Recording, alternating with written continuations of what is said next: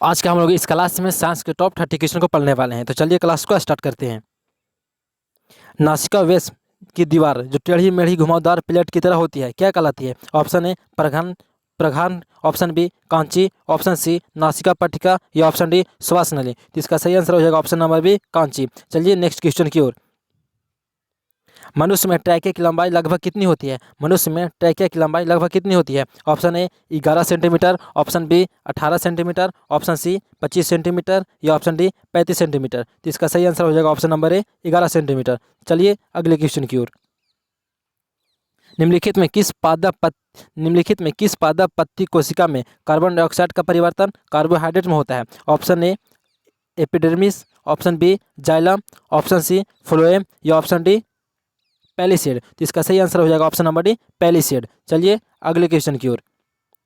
निम्नलिखित में कौन जल का संवाहक उत्तक है? निम्नलिखित में कौन जल संवाहक उत्तक है? Option A xylem, option B phloem, option C चालनी नलिकाएं या ऑप्शन डी मूलरोम। तो इसका सही आंसर हो जाएगा ऑप्शन नंबर ए जाइलम। चलिए नेक्स्ट क्वेश्चन की ओर।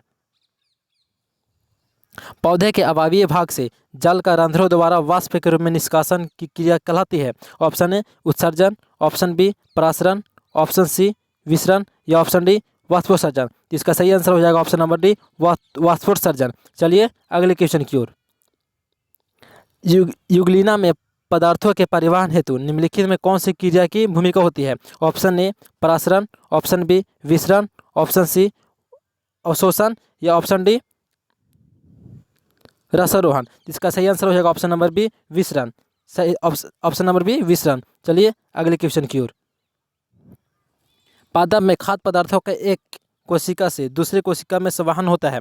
पादप में खाद्य पदार्थों का एक कोशिका से दूसरी कोशिका में परिवहन होता है। ऑप्शन ए जाइलम के द्वारा, ऑप्शन बी मेसोफिलिक कोशिकाओं के द्वारा, ऑप्शन सी मूलरोम के द्वारा या ऑप्शन डी फ्लोएम के द्वारा। तो इसका सही आंसर हो जाएगा ऑप्शन नंबर डी फ्लोएम के द्वारा। चलिए अगले क्वेश्चन की ओर।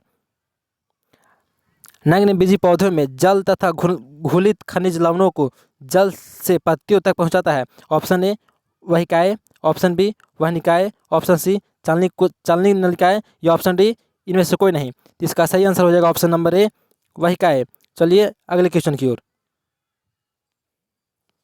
एक अर्धपरागमय झिल्ली से जल के विसरण की क्रिया को क्या कहते हैं? एक अर्धपरागमय झिल्ली से जल के विसरण को क्या कहते हैं? ऑप्शन ए परासरण, ऑप्शन बी स्थानांतरण, ऑप्शन सी रसारोहण या ऑप्शन डी अवशोषण। तो इसका सही आंसर हो जाएगा ऑप्शन नंबर ए परासरण। चलिए अगले क्वेश्चन की ओर। पादप कोशिका में उपस्थित कोशिका रस का परासरण दाब भूमि जल के दाब से ऑप्शन ए अधिक होता है, ऑप्शन बी कम होता है, ऑप्शन सी बराबर होता है या ऑप्शन डी इनमें से कोई नहीं। तो इसका सही आंसर हो जाएगा ऑप्शन नंबर ए अधिक होता है। चलिए अगले क्वेश्चन की ओर। पौधे के स्थानांतरण की क्रिया में निम्नलिखित में किस क्रिया के अहम भूमिका होती है? ऑप्शन ए वाष्पोत्सर्जन, ऑप्शन बी वाष्पीकरण, ऑप्शन सी रसारोहण या ऑप्शन डी विसरण। इसका सही आंसर हो जाएगा ऑप्शन नंबर ए वाष्पोत्सर्जन। चलिए अगले क्वेश्चन की ओर। वाष्पोत्सर्जन है ऑप्शन ए शारीरिक क्रिया, ऑप्शन बी भौतिक क्रिया, ऑप्शन सी रासायनिक क्रिया या ऑप्शन डी परिस्थितिकी क्रिया। तो इसका सही आंसर हो जाएगा ऑप्शन नंबर ए शारीरिक क्रिया। चलिए अगले क्वेश्चन की ओर। वाष्पोत्सर्जन का महत्व है ऑप्शन ए जल स्तंभ को अक्षुण्ण बनाए रखने में, ऑप्शन बी पौधे में तापमान संतुलन बनाए रखने में, ऑप्शन सी या ऑप्शन डी इनमें सभी में। इसका सही आंसर हो जाएगा ऑप्शन नंबर डी इनमें सभी में। चलिए अगले क्वेश्चन की ओर। पौधे में खाद्य पदार्थों का हस्तांतरण की गति पथ होती है। एक दिशीय, ऑप्शन बी द्विदिशीय, ऑप्शन सी बहुदिशीय या ऑप्शन डी कोई नहीं। इसका सही आंसर हो जाएगा ऑप्शन नंबर बी द्विदिशीय। चलिए अगले क्वेश्चन की ओर।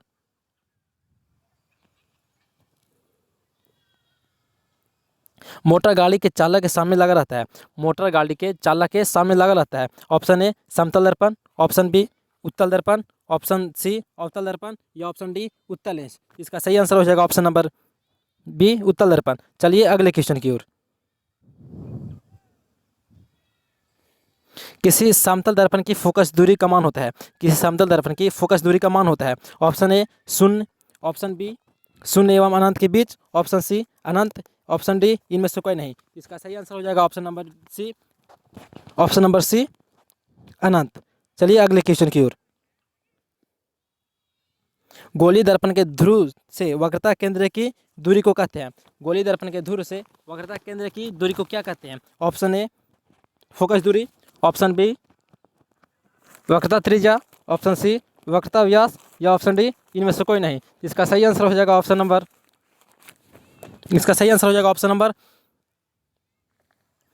बी, ऑप्शन बी वक्रता त्रिज्या। चलिए अगले क्वेश्चन की ओर। एक अवतल लेंस की फोकस दूरी 20 सेंटीमीटर है तो इसकी क्षमता होगी। एक अवतल लेंस की फोकस दूरी 20 सेंटीमीटर है तो इसकी क्षमता होगी। Option A -2 dioptre, option B +2 dioptre, option C -5 dioptre, option D +5 dioptre. इसका सही आंसर हो जाएगा ऑप्शन नंबर सी -5 डायोप्टर। चलिए अगले क्वेश्चन की ओर।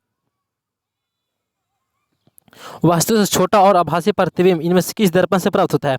वस्तु से छोटा और आभासी प्रतिबिंब इनमें से किस से प्राप्त होता है? ऑप्शन ए समतल दर्पण से, ऑप्शन बी अवतल दर्पण से, ऑप्शन सी दोनों से, या ऑप्शन डी उत्तल दर्पण से। तो इसका सही आंसर हो जाएगा ऑप्शन नंबर डी उत्तल दर्पण से।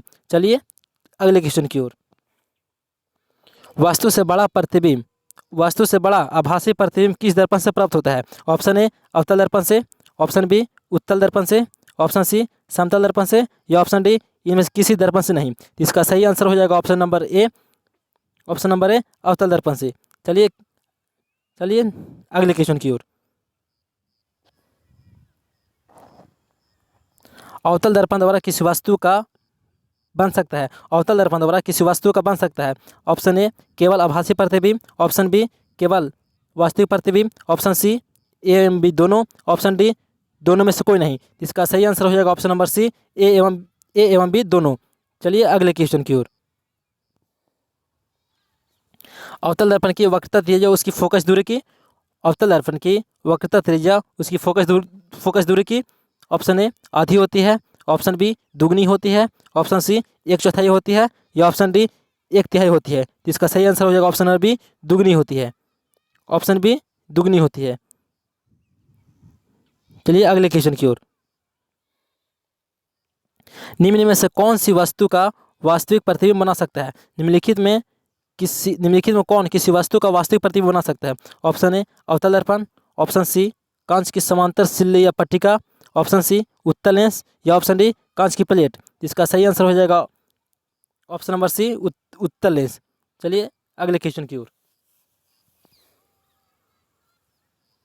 किसी वस्तु का अवर्धित प्रतिबिंब निम्नलिखित में किस दर्पण से बनता है? किसी वस्तु का अवर्धित प्रतिबिंब निम्नलिखित में किस दर्पण से बनता है? ऑप्शन ए समतल दर्पण से, ऑप्शन बी अवतल दर्पण से, ऑप्शन सी उत्तल दर्पण से, या ऑप्शन डी इनमें कोई नहीं। इसका सही आंसर हो जाएगा ऑप्शन नंबर बी अवतल दर्पण से। ऑप्शन नंबर बी अवतल दर्पण से। चलिए अगले क्वेश्चन की ओर। हीरे का अपवर्तनांक 2.4 है। हीरे में प्रकाश की चाल होगी। ऑप्शन ए 7.2 × 10⁸ मीटर पर सेकेंड, ऑप्शन बी 3 × 10⁸ मीटर पर सेकेंड, ऑप्शन सी 0.8 × 10⁸ मीटर पर सेकेंड, या ऑप्शन डी 1.2 × 10⁸ मीटर पर सेकेंड। तो इसका सही आंसर हो जाएगा ऑप्शन नंबर डी 1.2 × 10⁸ मीटर पर सेकेंड। चलिए अगले क्वेश्चन की ओर।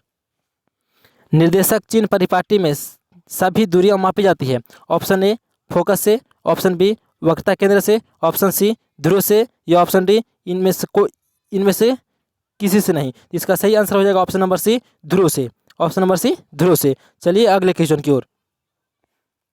उत्तल दर्पण द्वारा बना प्रतिबिंब होता है। उत्तल दर्पण द्वारा बना प्रतिबिंब होता है। ऑप्शन ए हमेशा उल्टा, ऑप्शन बी हमेशा सीधा, ऑप्शन सी उल्टा भी सीधा भी, या ऑप्शन डी कुछ निश्चित नहीं है। इसका सही आंसर हो जाएगा ऑप्शन नंबर बी हमेशा सीधा। तो चलिए आज क्लास को समाप्त करते हैं।